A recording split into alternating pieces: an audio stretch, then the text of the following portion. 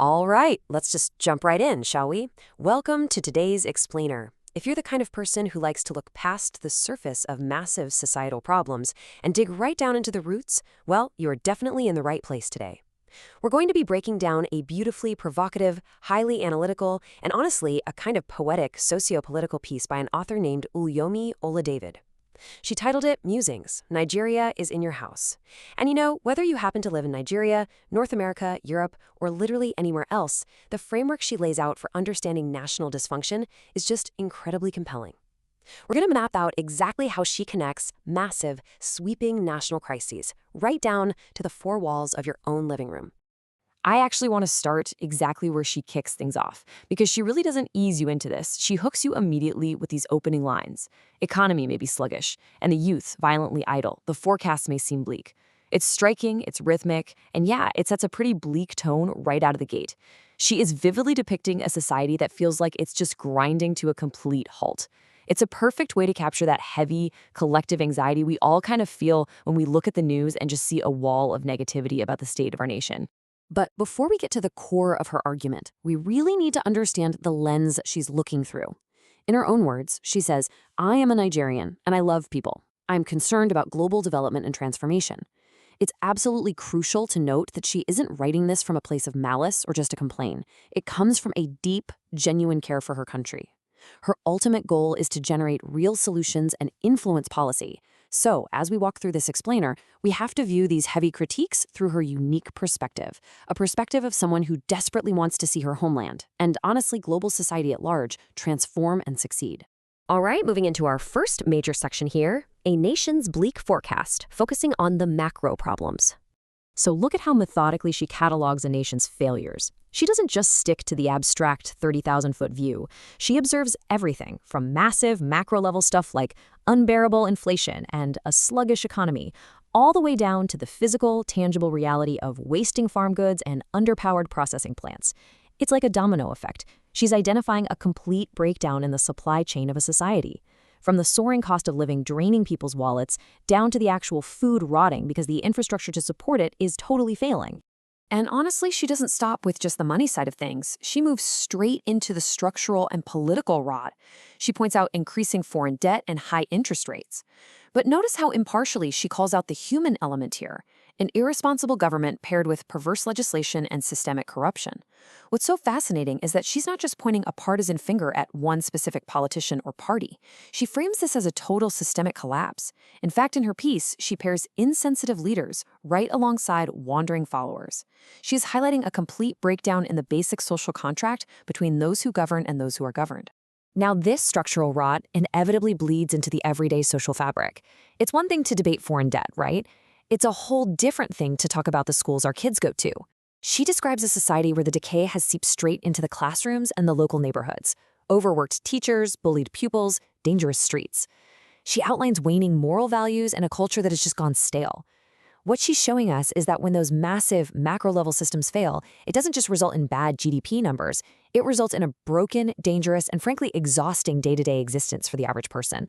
So you hear all of that, and your brain naturally just goes, okay, who is truly responsible for this massive societal breakdown? When the economy is sluggish, the leaders are corrupt, the teachers are burnt out, and the streets are totally unsafe, human nature essentially demands a scapegoat. We desperately want to blame the president, the other political party, foreign powers, or historical events. We just want to point the finger outward.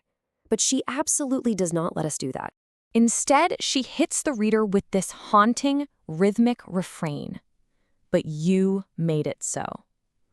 Throughout her piece, after every single societal failure she lists out, she repeats this exact phrase, 13 times in total.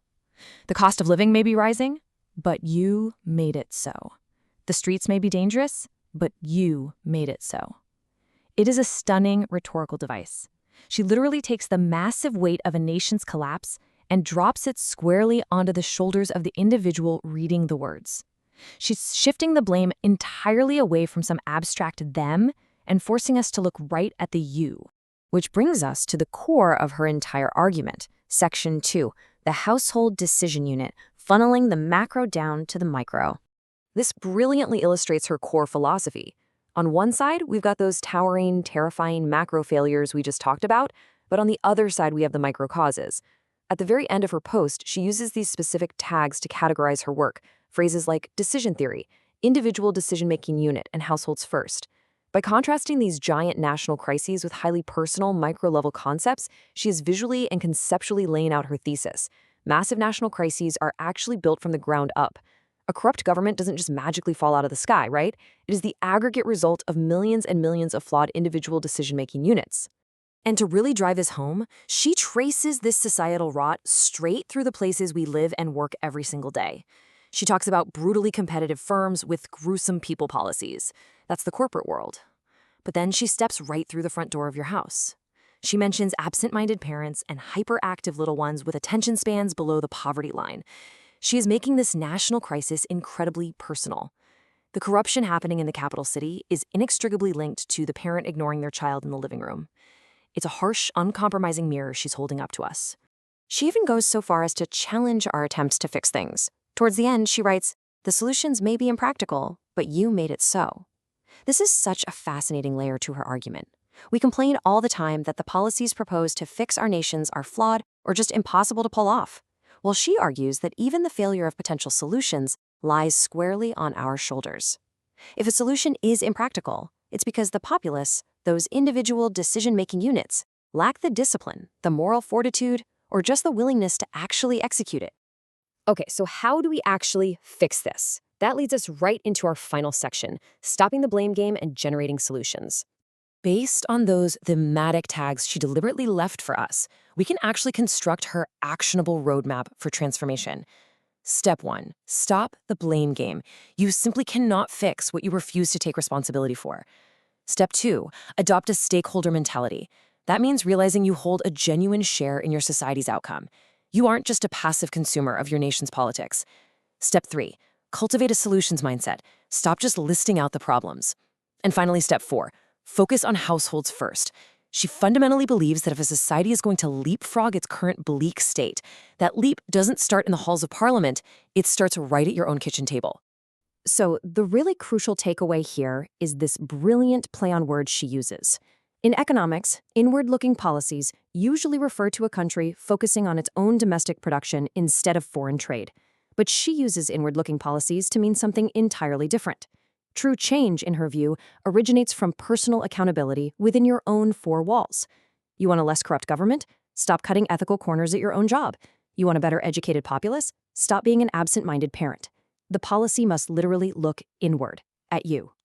And that gives us a crystal clear definition of what transformation actually means in Oluyomi Oladevid's context. Transformation is a radical shift that happens when individuals stop blaming external forces and take absolute accountability for their own microscopic contributions to those massive macro-level issues. It is waking up and realizing you are not just a victim of a sluggish economy or a stale culture, you are an active participant in it. Every single choice you make either reinforces that broken system or begins to repair it. Which leaves us with this final, really powerful question to reflect on. We've unpacked her framework, we've seen exactly how she connects the macro to the micro, and we've looked at her ultimate solution of individual accountability. So I want to turn her provocative thesis directly over to you.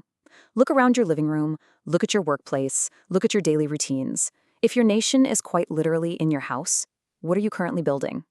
Thank you so much for joining me for this explainer, and I highly encourage you to just carry that question with you today.